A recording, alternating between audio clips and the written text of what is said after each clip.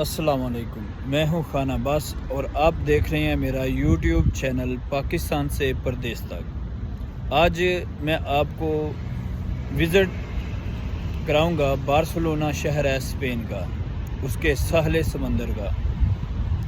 देखें, ये कुछ रात के मनाज़र होंगे और कुछ दिन के, और लोग किस तरह अपनी फैमिलियों के साथ, अपने दोस्तों के साथ अपनी लाइफ को एंजॉय कर रहे हैं। क्या हमारे साहले समंदर भी इस तरह आबाद हो सकते हैं? हाँ, हो सकते हैं, लेकिन अगर हम अपने अंदर शौर पैदा कर लें तो चलो देखते हैं साहले समंदर बार्सिलोना का।